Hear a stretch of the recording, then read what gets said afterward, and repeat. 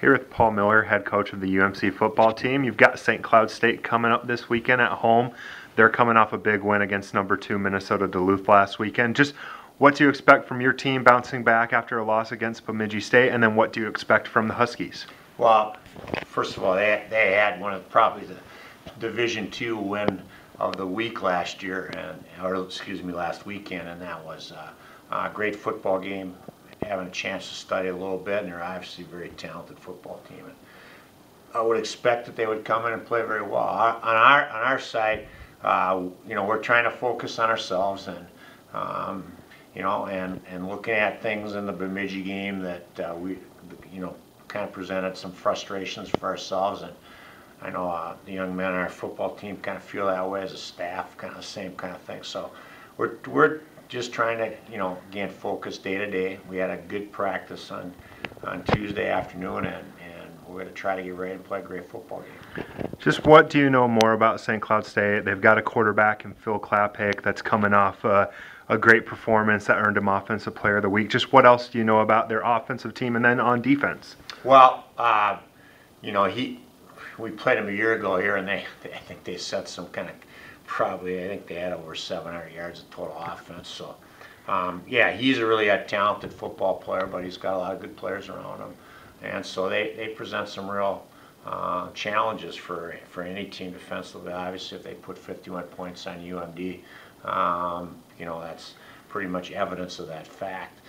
From a defensive standpoint, they've got a number of players that are really good football players that played a year ago against us. And so they'll present some challenges. They've got, they do some things really. They blocked a number of punts. They've, I think, got the leading returner average-wise in the conference and so forth. So everywhere you look, there are some challenges.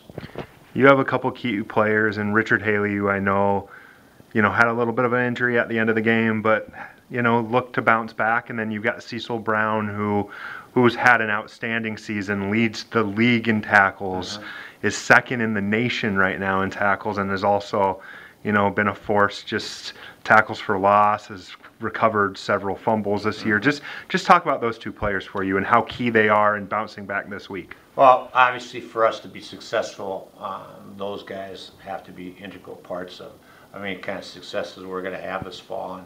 And so we're looking for Richard to come back. I mean, he did some things really well in the ball game. I mean, it was kind of just a point where we, you look at the game and we wanted to get some carries by the young guys, Tal Pascal and Wes Tucker, and you also have to take the perspective. You got an 11-game season, and it's not going to be decided in a quarter. So, in terms of getting Richard a little chance to get out of the ball game and hopefully get him healthy for this week, because we obviously need him, and he's going to play a big part in any kind of game plan we put together. And same thing, Cecil defensively has just been tremendous and great player, and so we always need him, in terms of focusing on kind of what we can do in terms of blitz packages and schemes and so forth to present, to be involved defensively, and he finds a way.